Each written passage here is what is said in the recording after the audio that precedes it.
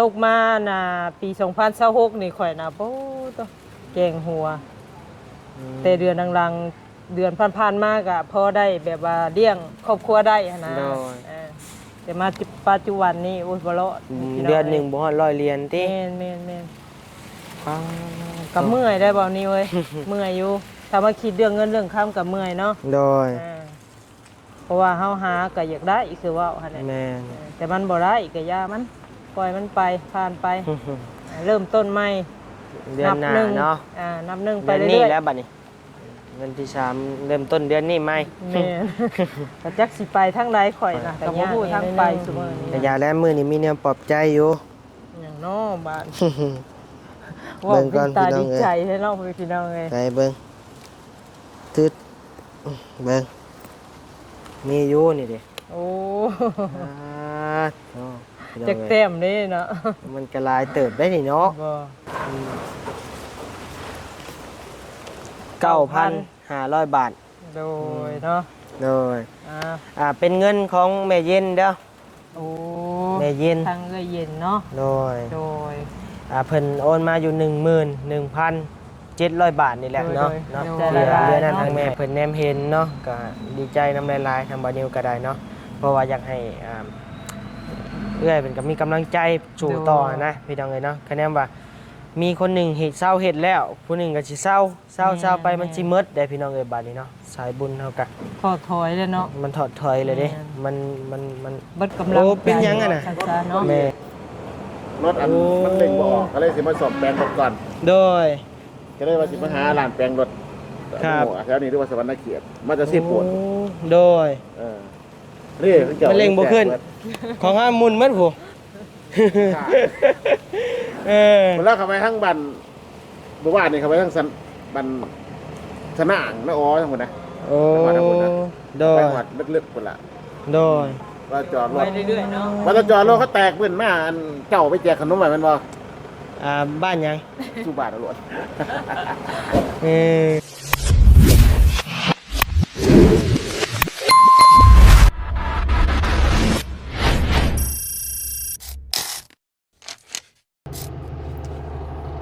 พี่น้องเอ้ย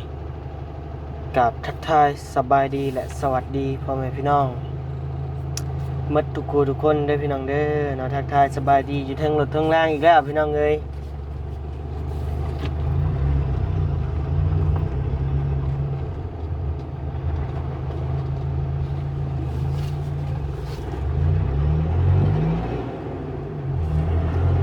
สบายดีอยู่เทิงรถเทิงล่างเด้อพี่น้องเด้อเนาะ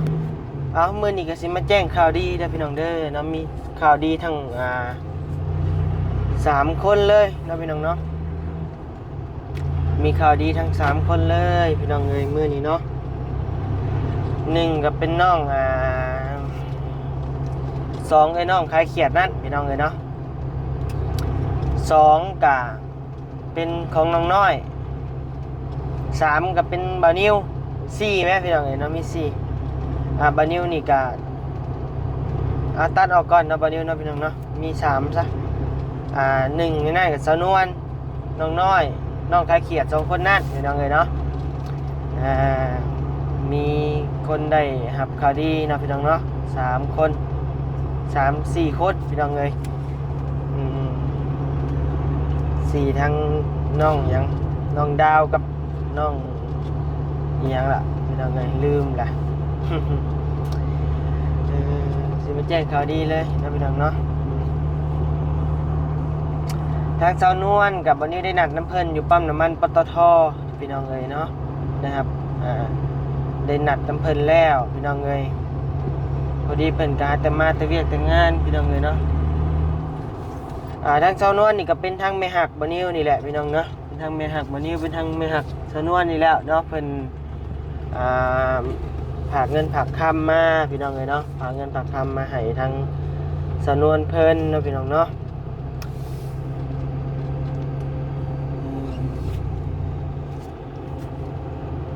ใช่คือโบเห็นล่ะ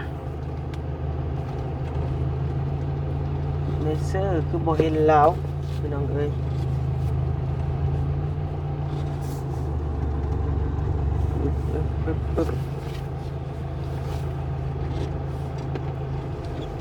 คือมันแดดจ้าซะเหลือเกินมื้อนี้ก็บ่เห็นบ่นิวออกไปเวียกไปงานเด้อพี่น้องเด้อเนาะเพราะว่าแป้งรถพี่น้องเอ้ยเนาะกระแจมันหักนี่ แป้งทันได้แล้วซ้ำออกมาก่อนกระแจมันหักออกมาแป้งรถพี่น้องเอ้ยก็ยังบ่ได้ไปเวียกไปงานอยู่จักสิได้ออกหรือบ่นะพี่น้องเนาะมื้อนี้เนาะสิมามอบเงินมอบคำให้ทางสาวนวลนะพี่น้องเนาะจำนวน9,500 บาทเด้อพี่น้องเด้อเนาะมอบให้เพิ่นพี่น้องเอ้ยเนาะทางเพราะว่าทางผู้ใหญ่พากให้บ่นิวเป็นสะพานบุญให้พี่น้องเอ้ยเนาะพากให้สาวนวลว่าซั่นหนึ่ง9,500 บาทพี่น้องเอ้ยเนาะเพิ่นพากมาอยู่จำนวน 11,700 บาทในส่วนต่างนั่นกับเพิ่นให้บ่นิวเป็นค่าน้ำมูกน้ำมันเนาะทางบ่นิวก็ขอขอบใจหลายๆเด้อเนาะทางแม่ใหญ่ใจดีจากต่างประเทศนะพี่น้องเนาะจากสวิตเซอร์แลนด์บอกเนาะก็ขอขอบใจขอให้แม่เพิ่นอยู่ดีมีแรงความเจ็บบ่ได้ความไข้บ่มีปรารถนาสิ่งใดขอให้ได้สิ่งนั้นสมความมุ่งมั่นปรารถนาอย่าเจ็บอย่าจนร่ำรวยๆเด้อเนาะพญาติที่มีอยู่ก็ขอให้หายไปจากห่างกายเนาะแม่เนาะสาธุเดี๋ยวเราถ่ายจำนวนก่อนพี่น้องเอ้ยเนาะจักสิมาจังโมงแล้วก็จำนวนน้องน้อยนะพี่น้องเนาะมีอยู่จำนวนมาเพิ่มอีกจำนวนหนึ่งบ่แม่น500 บาทเด้อพี่น้องเด้อเนาะเป็นทางเอื้อยเพิ่นเนาะพี่น้องเนาะเพิ่นส่งมาจำนวน 1,000 บาทเพิ่นแบ่งให้บ่นิว500 บาทพี่น้องเอ้ยแต่ว่าบ่นิวบ่ได้ฮอด500 บาทดอกพี่น้องเอ้ยบ่นิวได้400 กว่าบาทนี่แหละเพราะว่าหักค่าธรรมเนียมไปนะพี่น้องเนาะบ่นิวก็ให้น้องน้อย500แต่ว่าบ่นิวบ่ฮอดก็บ่เป็นหยังพี่น้องเอ้ยแล้วก็ทั้งน้องดาวกับน้องวังซ่าบอกน้องคายเขียนนะพี่น้องเอ้ยเนาะก็มีมาอยู่จำนวน 2,000 บาทพี่น้องเอ้ยเนาะมีอยู่ 2,000 บาทเพิ่นทั้งแม่เพิ่นให้ทางบ้านนิวซื้อกุ้งไปให้กินซื้อหมูกระทะนั่นแหละพี่น้องเอ้ยเนาะเดี๋ยวประมาณเบิ่งมื้ออื่นมื้อฮื้อก่อนพี่น้องเอ้ยเนาะจังสิไปซื้อหมูกระทะไปสู่เพิ่นกินน่าจะเป็นครั้งแรกเลยแหละบ้านนิวคิดว่าเนาะน่าเป็นครั้งแรกในชีวิตเลยของน้องเพิ่นที่ได้กินหมูกระทะนะพี่น้องเอ้ย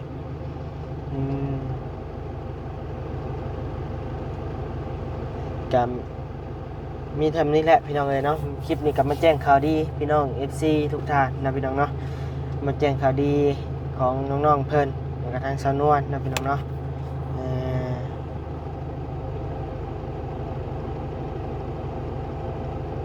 ในสายสาวนวลก็ยังบ่เห็นมาอยู่พี่น้องเอ้ย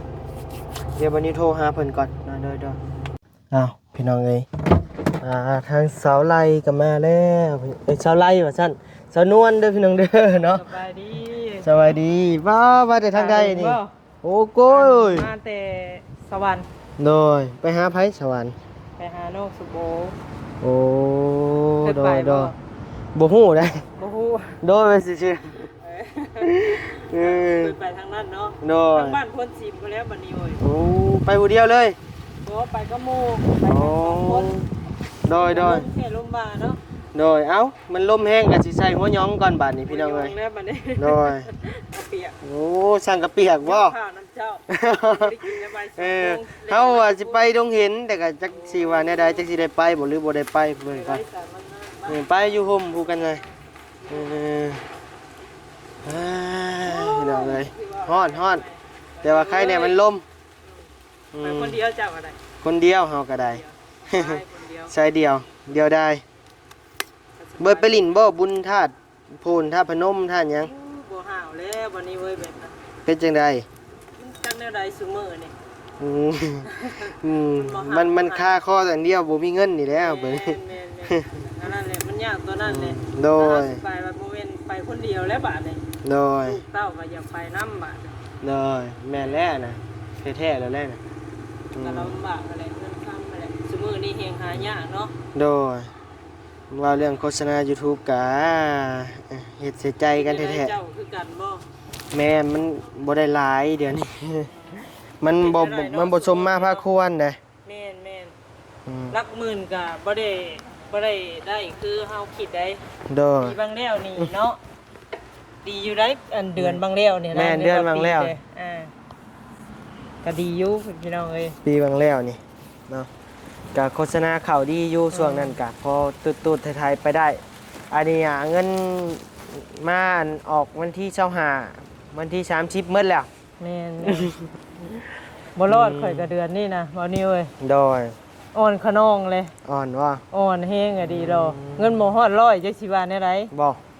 มหอดเรียน บ่ฮอด100เดือนสิได้กินอยู่บ่เดือนนี้ล่ะแล้วข่อยว่าวิทย์แล้วมื้อนี้ฮะ วิทย์แล้วนี่มื้อนี้ก็วิ สุ ท ด ย์แล้ว ท้ายแล้วมื้อ มื้อ นี้ ที่ เนาะ สามแล้ว อ่า หมดแล้ว จังว่าเบิดบังจังว่า บ่ฮอด100เหรียญ3บาท บ่ฮอด100เดือนได้แต่97เดือนเว้าตามชื่อพี่น้องเอ้ยเนาะ โอ้ยเนาะเฮ็ดใจกันให้เนาะ เออ ม ติดตามรู้ตัวเจ้าของแล้วมาคิดแล้วก็ได้ อืม ก็เฮ็ดจังไดเนาะหน้าที่เฮาได้บ่ได้ก็ไปพี่น้องเอ้ยก็ใจมักแน่ โดย ถ้าใจบ่มักก็ไปบ่ได้คือว่า บ่รอดเด้ บ่รอดหาเงินแบบนี้มันก็ทูไทยไป บางเดือนก็บ่มีจนได้ยืมใช้ แม่นคือ เฮา การ แฮงรถจักรรถใหญ่แฮงบ่เว้า เที่ยวหนึงไปเท่าใดนี่ คันว่าไปโรงเรียนไปแต่กลับแต่ละมื้อก็350,000 อืม 350,000ก็500เลยเด้หั่นน่ะ แม่น 500กว่าบาทเลย ถ้าว่าเงินเดือนเฮาบ่ได้ก็คือว่าแล้วเนาะบ่ไหว แม่น ยังบ่ไหวเป็นเลนรถใหญ่เนี่ย ใครแต่ว่าทั้งพี่น้องเพิ่นก็ยังพอเบิ่งโฆษณาให้อยู่มันก็พอขึ้นอยู่เดือนนี้ก็ โอ้ ก็พอได้อยู่กะ เจ้า ก็บ่ ยัง คุ้ สิ ม ใคร ดอก กว่าข่อยอยู่ได้ข่อยว่าข่อยเบิ่งวิวหั่นนะ มันก็แม่นอยู่ ฮะ กะเว้าเลยแหละว่าวิวบ่นิ้วก็พออยู่ได้นะ โอ้ แต่ว่าวิวชะนวนก็ ต่ำแฮง แม่ ตกมาน่ะปี2026นี่ข่อยน่ะโอ้ตแกงหัว อืม แต่เดือนหลังๆเดือนผ่านๆมาก็พอได้แบบว่าเลี้ยงครอบครัวได้หั่นนะ โดย แต่มาปัจจุบันนี้โอ้ยบ่รอดพี่ง เดือนหนึงบ่ฮอด100เหรียญติ แม่นก็เมื่อยได้บ่นี่เว้ย เมื่อยอยู่ถ้ามาคิดเรื่องเงินเรื่องค้ำก็เมื่อยเนาะ โดย เพราะว่าเฮาหาก็อยากได้อีกคือว่าหั่นแหละ แม่น แต่มันบ่ได้ก็อย่ามันปล่อยมันไปผ่านไป เริ่มต้นใหม่ เดือนหน้า บหง เนาะ นับหนึ่งไป เดือน เรื่ นี้ อยๆ แล้วบัดนี้เงินที่สามเริ่มต้นเดือนนี้ไหม แม่น ก็จักสิไปทางใดข่อยนะก็บ่ฮู้ทางไปซุมื้อนี้นะอุกอังอยู่บัดนี้เว้ย โดย สิรอดอยู่บ่ก็คิดอยู่แต่ละมื้อค่ะ สู่เอาแน่เนาะ แม่ มาหอนนี้เลย แต่เฮาบ่บืนบ่สู้จักสิเฮ็ดแนวใด โดย คือว่าหั่นแหละเสารักครอบครัวเพิ่นพี่น้องเอ้ย โดย ก็ยากนิดนึง แต่ยาแล้วมือนี้มีแนวปลอบใจอยู่ อย่างน้อบาด เบิ่งก่อน ตา พี่น้อ ดี งเอ้ย ใจให้น้องพี่น้องเอ้ย ไปเบิ่งทึดเบิ่งมีอยู่นี่เด้ โอ้ โอ้พี่น้อง จัก เอ้ย แต้มนี่เนาะ มันกระลายเติบได้นี่เนาะ บ่ อืมเอานับเบิ่ง โดยเนาะ โดย เตอสั่นได้บ่นี่เว้ย จันบ่ ก็บ่มีบ่เคยว่าอันน่ะ บ่ มอบเงินให้แบบนี้หั่นนะ บ่ แม่น บ่เคยจะเคลียร์บ่จัก บ่ อะ เคยสมมุติว่าได้ก็แบบส่วนตัวหั่นนะ โดย 9,500 บาท โดยเนาะ โดย อ่า เป็นเงินของแม่เย็นเด้อ โอ้ แม่เย็น ทางเอ้ยเย็นเนาะ โดย โดย เพิ่นโอนมาอยู่ 11,700 บาทนี่แหละเนาะ โดย และเรือนั้นเพิ่นให้ทั้งเฮาใส่น้ำมูกน้ำมัน โด เนาะ ยโดยโดย เพื่อเพิ่นหักคำเนียมมาก็ยังเหลือพันยังเหลือรวมบัดที่เพิ่นโอนมาก็ยังเหลือ1,400 กว่าบาทนี่แหละ โอ้ เพื่อเพิ่นหักค่าคำเนียม แม่น เพราะว่า แม่น คำเนียม11,000ต่อ200บ่ แม่นแม่น สา เพิ่นก็ บาท สิฮับประมาณนั้นเนาะ โดย ค่าธรรมเนียมเพิ่นพี่น้อง โด เอ้ย ย เอาจังใดก็ดื่นก็เราขอขอบ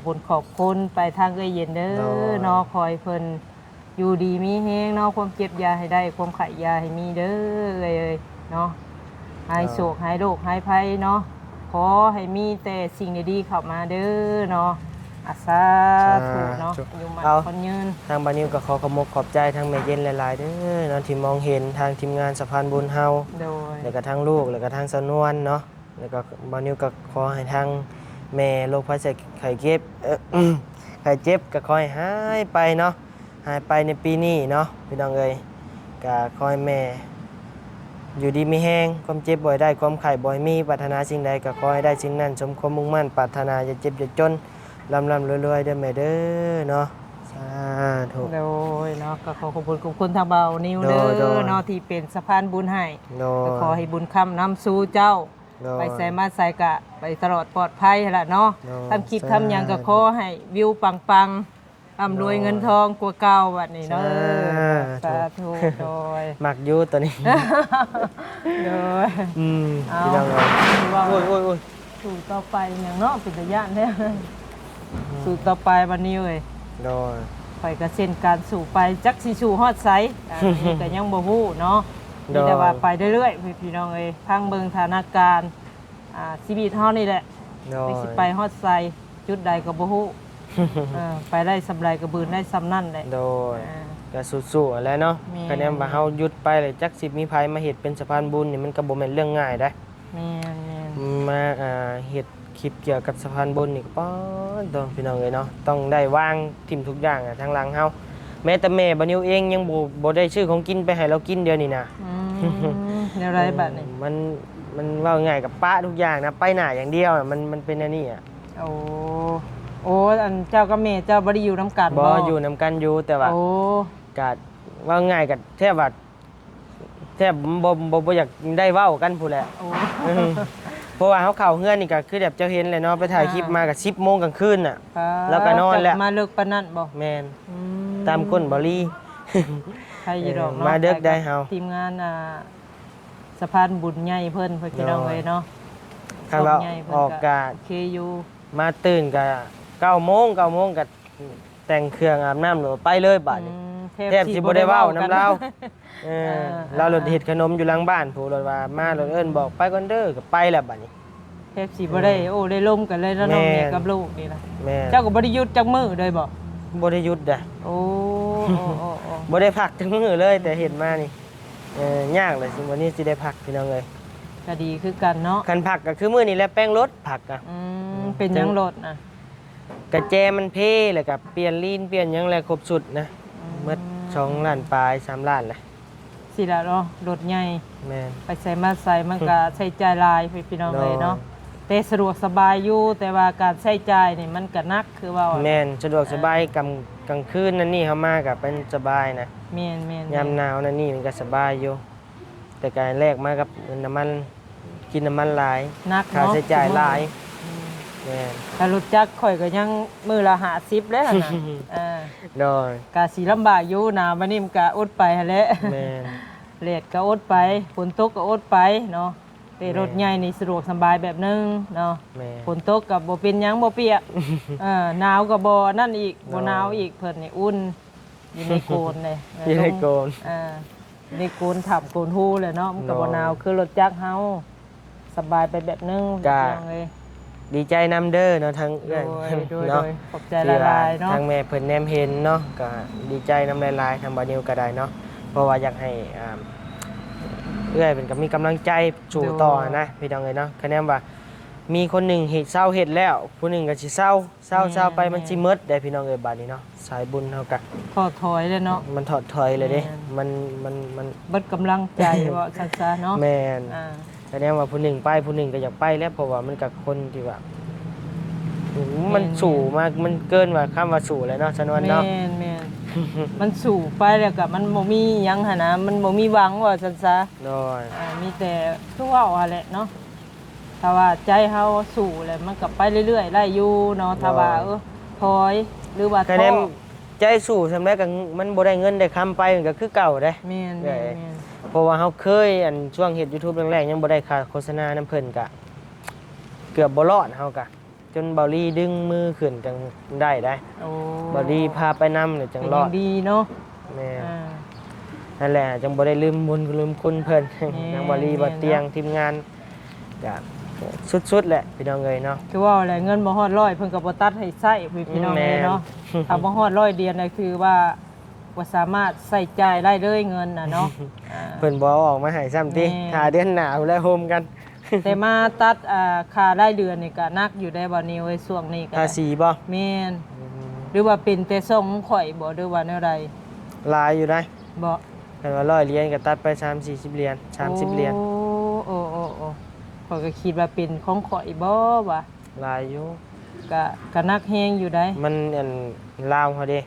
โอ้ ของเจ้าอันมันสิลาวแล้ววะ แม่น แม่นล่ะ แต่ว่าเขาเป็นเงินเดือนแต่ว่า เอ็ก ตี เซน ออ ลาว กเป็นเงินกีบ โดย แม่นก็นักเพิ่นพี่น้องเอ้ย โดย นี่แต่ว่าสู่เส้นกันวันนี้ก็สู่เนาะ โดยสู้ไปนำกัน สู่ นี่แหละ น้ำกันนั่นแหละบ่ให้ท้อให้ถอยคือว่าอันนั้น โดย จังได๋ เพราะ ก็ ว่า ฟื้นสู่ต่อไป ใจหมักอยู่วันนี้ก็ได้เนาะ แม่ หมักการช่วยเหลือ แม่นถ้าว่าคนบ่มักไปบ่ได้คือข่อยเว้าหั่นน่ะ แม่น สู่บ่ได้ดอก หลายคนแล้วหลายช่องแล้วเพิ่นก็ปิดช่องไปเนาะ แม่ ไปถ่ายแนวอื่น หลายคนหลาย ยก คน ขึ้นเลยเบาจิตอุทุมพรเบาจิตบ้านโคกเนาะ โดย เพิ่นก็ได้ไปทำงานอยู่ฝั่งไทยเลยพี่น้องเอ้ยเนาะเพิ่ นั่ น น ก็ แหละ บ่รอดได้ บ่รอดบ่รอด แม่นอยู่เพิ่นก็ใจมักอยู่แต่ว่ามันบ่ได้รายได้เด้มัน เฮาก็บ่มีเงินเดินทาง แม่ จังซี่น่ะเนาะไปก็คือว่าเนี่ยต้องใส่จ่าย แม่น ก็ซื้อของต้นของพากไว้พี่น้องเอ้ยเนาะ แม่น ก็หลายสิ่งหลายอย่างแหละกินอยู่เฮานี่แหละใส่จ่ายไปนํทางนี่แหละเนาะมันก็บ่แน่บ่นอนลดล้างปลาปิเฮาอีกเป็นหนี้เป็นหันโอ้ย เจ้าเสื้อ หลายอย่าง บ่ตั้งแต่เงินเดือน YouTube ออกของกินฮะเฮายังเหลือล้านกว่าๆเดี๋ยวนี้ เสื้อแท้ตัวนี้เนาะอ่า อืม ได้มาก็เป็นตัวเลขคือว่าหั่น แม่ น่ะ เป็นตัวเลข ใส่นี่ ออก ใส่ มา หัน ใช้เงินแบบว่าง่ายกับใช้เงินเกินโตก็ว่าแม่นแล้วมันเงินเข้าลดน้อย เงินออกลดหลาย แม่ ยืมไปเรื่อย คือว่าหั่นแหละอีหยังมันก็แพงเนาะซุมื้อนี่แต่ว่าการหาเงินหาคำมันก็ลำบากโอ้ยพี่น้องเอ้ยก็ยากอยู่ตัวนี้ เอามีแต่จังซั่นเลยเด้อน้องชนวนเฮาก็สิได้ไปอันนั้นร่อนกระเจรถเบยแล้วได้ เอายังบ่แล้วบ่ แม่นมันยังไขประตูข้างนี่บ่ได้ โดย เดี๋ยวจะไปเปลี่ยนดอกใหม่บ่เพิ่นสิเฮ็ดให้ใหม่เพิ่นว่า อืม พอดี คือว่ามาเอาเงินมาให้ข่อยแล้วก็สิไปบัด แม่ นี้ น โดย เพราะว่ายันเพื่อจะเข้าบ้านเนี่ยมันไกล โดย ก็เลยว่าแล่นมา จังได๋ขอบมุกขอบใจละลายเด้อ โดย ว่านิวเด้อขอบใจละ โด ลาย ย ขอบใจคือกันเนาะ โดย พังเบิ่งจังบางเทื่อก็สิแล่นไปโรงเรียนไปอันหาน้องเพิ่นก่อนเนาะ เอาไปพุ่นแล้วก็มาก็สิดึกอีกแล้วเนาะ เด็กคือเก่า อ๋อโดย พี่น้องเอ้ยเอาสำหรับคลิปนี้ก็บ่มีหยังหลายเด้อพี่น้องเด้อเนาะมาแจ้งข่าวดีหรือว่ามามอบเงินให้ทางสาวนวลเพิ่นนั่นแหละ โอ้ย กับแจ้งข่าวดีน้องเพิ่นนํน้องน้อยกับน้องนั่นเลยนะพี่น้องเนาะเอาสำหรับคลิปนี้ทางบ่าวนิวกับสาวนวลก็สิขอลำลาพระจากเพียงสมิทเด้อพี่น้องเด้อเนาะอยู่ดีแม่งสุขภาพเข้มแข็งหมดทุกผู้ทุกคนเด้อพร้อมโดยครอบครัวของ FC ทุกท่านนะพี่น้องเนาะอยู่ดีมีแฮงสาธุ โอ้ย บ๊ายบายสบายดี สวัสดีครับลุงแม็กพ่อกันอีกแล้วโดยไปทางใดอันมาเลยบ่แต่เซโปน เล็กโคนแล้วมาจะออกไม่น้องไปว่าได้ โอ้เป็นหยังอ่ะน่ะ รถบ่ดีเลยรถอัน โอ้ มันเล็งบ่ออกก็เลยสิมาสอบแปลงรถก่อน โดย ก็เลยว่าสิมาหาร้านแปลงรถ ครับ แถวนี้เรียกว่าสวรรค์เขียดมาจะสิปวด โอ้โดย นี่คือเจ้า มันเล็งบ่ขึ้น ของห้ามมุนมัดผู้ คนแล้วเข้าไปทั้งบันบ่ว่านี่เข้าไปทั้งสันบันสนางนะอ๋อทั้งหมดนะ โอ้โด ไป ย หวัดลึกๆคนละ โดย ว่าจอดร ไป ถ เรื่อยๆเนาะ ว่าจะจอดรถเขาแตกเพื่อนมาอันเจ้าไปแจกขนมใหม่มันบ่ บ้านหยัง สู้บาทตำรวจ เออ จะไปใช้มื้อนี้ กับวันสิไปโรงเรียนเฮาก็ได้ ของเก่า โดยแถวพุ่นล่ะเรียกว่าเฮาขึ้นมา โดยเอาบ่รบกวนเลยลุงแม็กขอบใจหลายๆเด้อโดยอยู่ดีมีแฮงเดินทางปลอดภัย เบาลี่ไปใช่เบาลี่ เบาลี่เพิ่นขึ้นพระลานมื้อนี่ พลาน โดย ไข่อยู่ไก่บาทนี่มากไก่ให้ โดยเดินทางปลอดภัยเด้อลุงเด้อโดยไอ้แม็กพี่น้องเอ้ยเนาะหลอดตลาดตะลี่มาพ่อเพิ่นอีกแล้ว สองเทื่อแล้วสนวนเด้อเฮาพ่อเพิ่นเนาะถือว่าโชคดีได้เจอเพิ่นมานี่เนาะ โอ้ยชุด ๆเด้อ ๆแมน โด เอย อโต เอาโอเคพี่น้องเอ้ยอยู่ดีไม่แห้ง โดยสบาย โดย พี่น้องเอ้ย